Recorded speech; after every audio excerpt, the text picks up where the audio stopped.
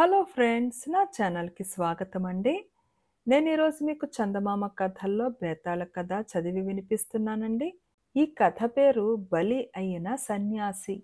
పట్టువదలని విక్రమార్కుడు చెట్టు వద్దకు తిరిగి వెళ్ళి చెట్టుపై నుంచి శవాన్ని దించి భుజాన వేసుకొని ఎప్పటిలాగే మౌనంగా శ్మశానం కేసి నడవసాగాడు. అప్పుడు శవంలోని బేతాళుడు, రాజా, పొరపాటున కూడా నువ్వు దుష్టుడికి సహాయం చెయ్యకు. దొంగకు సహాయపడిన సన్యాసి తన ప్రాణాలే పోగొట్టుకున్నాడు. శ్రమ తెలియకుండా ఉండగలందులకు ఆ సన్యాసి కథ చెబుతాను విను అంటూ ఇలా చెప్పసాగాడు. పూర్వం ఒక రాజు ఏలే పట్టణానికి ఒక రోజున ఒక సన్యాసి వచ్చి ఊరి చివరన గల దేవాలయంలో బస చేశాడు. ప్రజలు ఆ సన్యాసిని చూడటానికి వెళ్ళి ఆయనకు తమ కష్టసుఖాలు చెప్పుకున్నారు. సన్యాసి వాళ్ళ సమస్యలు తీరే మార్గాలు చెప్పాడు. ఒకరోజు చీకటి పడే వేళ ఒక దొంగవాడు సన్యాసి వద్దకు వచ్చి, స్వామి, నేను ఈ రాత్రి ఒక ముఖ్యమైన పని తలపెట్టాను. అందుకు తగిన సమయం చెప్పారంటే అందువల్ల వచ్చే ప్రతిఫలంలో సగం మీకిచ్చుకుంటాను అని సన్యాసి కాళ్ల మీద పడ్డాడు. సన్యాసి కొంతసేపు ఆలోచించి ఫలాని సమయానికి పని ప్రారంభించమని దొంగకు చెప్పాడు. దొంగ ఆ రాత్రి సన్యాసి చెప్పిన వేళకు ఒక ధనవంతుడి ఇంట ప్రవేశించి ధనం తస్కరించాడు.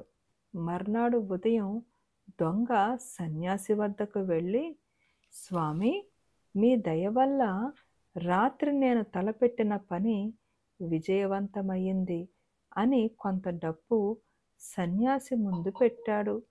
సన్యాసి ఆ ధనాన్ని బీదసాదలకు పంచిపెట్టేశాడు. కొన్ని రోజుల అనంతరం ఆ దొంగ మళ్ళీ సన్యాసి వద్దకు వచ్చి కిందటిసారిలాగే తాను ఆ రాత్రి ఒక పని తలపెట్టానని అందుకు తగిన సమయం చెప్పమని కోరాడు. సన్యాసి మళ్ళీ ఆలోచించి ఏదో సమయం చెప్పాడు. ఆ వేళకు దొంగ తిన్నగా రాజుగారి ధనాగారంలో జొరబడి తాను ముయ్యగలిగినన్ని మొహిరీలు తస్కరించి వాటిలో సగం తెచ్చి సన్యాసికిచ్చేశాడు. సన్యాసి ఆ మొహిరీలను బిచ్చగాళ్లకు దానం చేశాడు.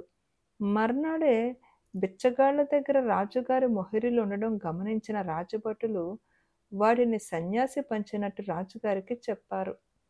రాజుగారు వెంటనే సన్యాసిని రప్పించి, నువ్వు బిచ్చగాళ్లకు మొహిరీలు పంచిపెట్టావా అని అడిగాడు. అవును అన్నాడు సన్యాసి. నీకా మొహిరీలు ఎక్కడివి అని రాజు సన్యాసిని అడిగాడు. సన్యాసి సమాధానం చెప్పక మౌనంగా ఉండిపోయాడు. సన్యాసి వేషం వేసుకొని దొంగతనాలు చేస్తున్నావన్నమాట అన్నాడు రాజు. దానికి సన్యాసి సమాధానం చెప్పలేదు. వీడు తల తీసేయండి అని రాజు తన భటులకు ఉత్తరవిచ్చాడు. రాజభటులు సన్యాసికి శిరచ్ఛేదం చేశారు. బేతాళుడు ఈ కథ చెప్పి, రాజా, సన్యాసికి రాజు మరణదండన విధించటం అక్రమం కాదా? రాజు అడిగిన ప్రశ్నలకు సన్యాసి సరి అయిన సమాధానం చెప్పక తన ప్రాణాన్ని ఎందుకు పోగొట్టుకున్నాడు? తాను కూడా దొంగతనంలో భాగస్వాము అయినందువలన, లేక తనకు భాగం పంచిపెట్టిన అసలు దొంగను కాపాడటానికా, లేక తనకు చావు సమీపించిందని తెలుసా?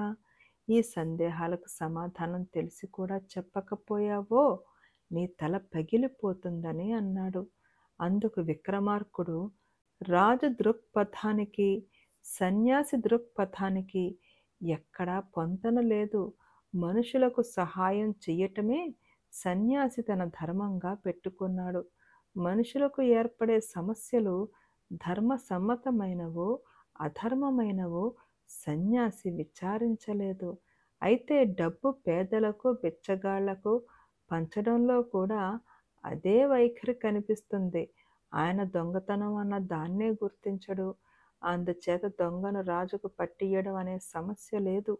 ఏ కోరికలు లేని సన్యాసి చావంటే భయపడకపోవటం వింత కాదు.